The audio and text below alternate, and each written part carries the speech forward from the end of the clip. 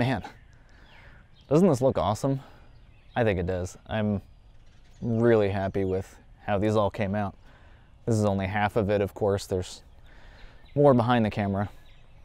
But beds are all finished, filled up with compost and soil. I've got a few little things planted so far. They seem to be establishing themselves. They got kind of beat up by a heavy rain the other night, but they're doing okay. But for this video, I want to talk about the compost that we got to help fill these beds. Because as many of you probably know, doing a big project, building all new beds and getting them filled, it can easily wind up costing quite a bit of money if you're not careful and you're not thrifty and trying to find some good local resources for a little bit cheaper. So we already saved a lot of money doing these with pine lumber rather than cedar, and they won't last as long, but we just couldn't afford to do all of these with cedar at this point. But another way we saved a bunch of money is with the compost, because I decided that we should get it from our local landfill and recycling center, where they sell it for the awesome price of $20 for a literal ton of it. It's insane. And I know what you're probably thinking, and I had a lot of concerns myself about it since it's coming from the landfill. It's collected from everybody's organic waste bins from all over the city, and you have no idea what's going in there. But obviously we decided to use it since we're growing stuff in it. So sorry to spoil the ending for you, but yes, it is definitely safe. To the best of my knowledge, with everything I learned about it, it is definitely safe for growing food. So I'd like to share what I learned today. Got a lot of information about it, and I even got to take a tour of the facility where they produce it at the landfill. So I wanted to show you that. So I called up the landfill and talked to a very nice woman there. She was very helpful. She sent me a whole bunch of information about it, including some lab results that they send off samples of the compost to a separate lab every year to have it tested. So this shows all of the macro and micronutrients in there, along with any potentially harmful substances. And these are the kinds of things that you'll find in just about any soil. They're not unique to this compost. But she also highlighted the column on the right that shows where any of these substances are known to be harmful. So you can see these are all well below those levels. So they even test out seed germination and seedling vigor, and they compare that to a control soil medium. So all that is really good to know, but what's even more exciting is that the woman offered to give me a tour of the facility, so I made sure my camera was all charged up, and when I went to get my compost, I got some footage.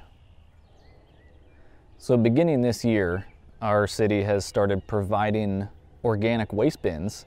You have to request them, and if you get one, they add on a $2 charge to your sewer and trash bill every month. Of course, we decided not to get one because we try to use as much of our own yard waste to make our own compost. So they collect this yard waste from all over the city and bring it here and dump it and sort it out. And you can see these bags in the front here that look like plastic, but they're actually biodegradable bags, so that's nothing to worry about. So all of this material winds up going through this huge grinding machine twice, and then they spread it out into these long rows called windrows that are set up to allow the prevailing winds to travel between the piles and keep them aerated.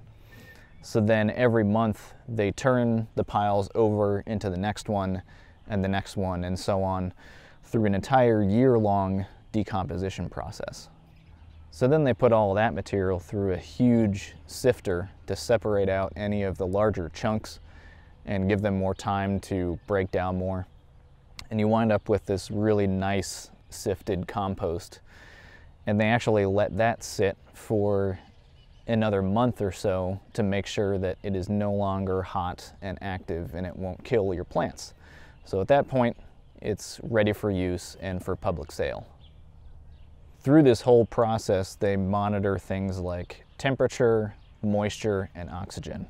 The temperature is important because if it gets over 160 degrees, it's at risk of starting a fire, especially if it's too dry. That's where the moisture comes in. Also, that high temperature can kill off any of the good bacteria that are in the compost. And they also keep track of the moisture and oxygen to make sure that it is not going anaerobic and therefore creating an environment where pathogenic, disease-causing bacteria can thrive.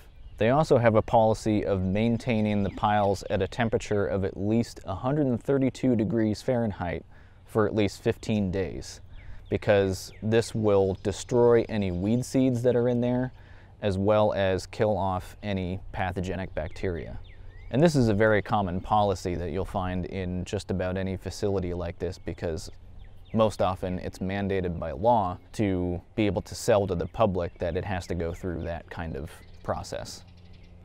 So I also had to rent a pickup truck to go get it. Of course, if you have a truck, that's even better. But I mixed it in with some soil mix, something light and fluffy, and some peat moss, which I don't really like to use because it's not sustainable. But at this point, there was no way to get any larger quantities of coconut coir in our area, and I think that's something that definitely needs to change. But the compost by itself is not a growing medium, really. It's too dense and sticky, at least with this compost. And so you definitely need to mix something in and treat it like an amendment. It's there to provide nutrients and texture, but you need something to make it lighter to allow the plant roots to grow through it more easily.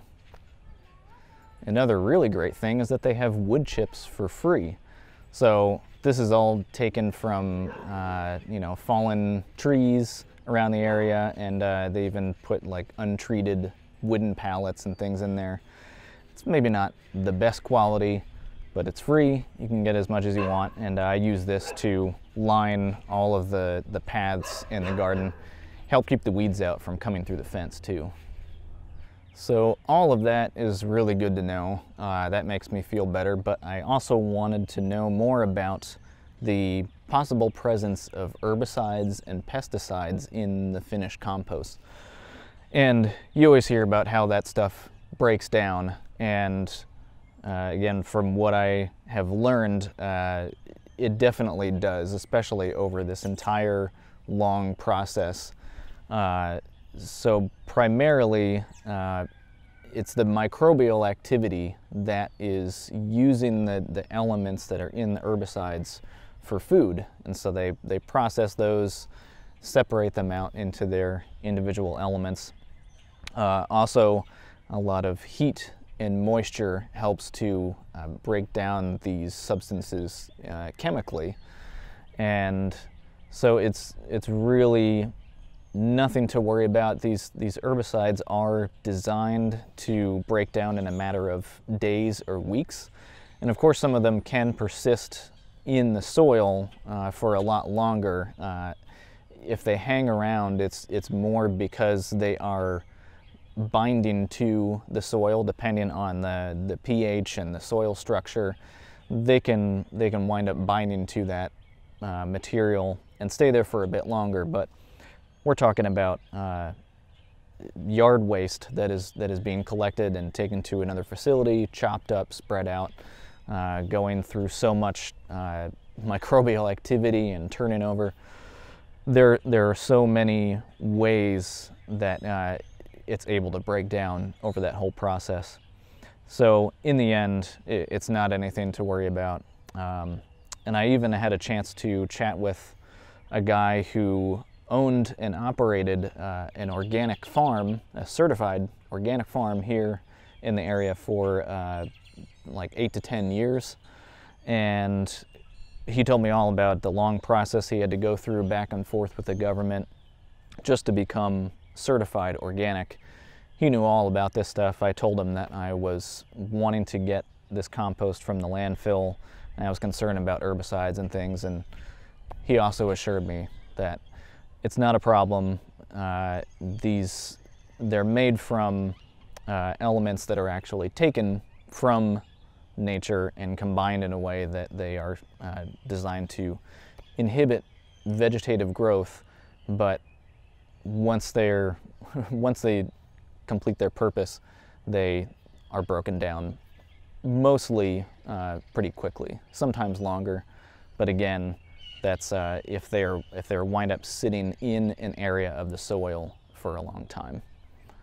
So I definitely feel pretty reassured that this is safe for growing food, and so I encourage you to take a look at, you know, if you have a facility like this where you live, you know, take the time to learn more about it, ask some questions. They should be able to provide you with the information like I did here. That's all very, very helpful. It should be all public information. So thanks for watching. If this video was helpful to you, please give it a thumbs up and share it with your friends. And be sure to subscribe below for more videos, and I'll see you next time. Thanks.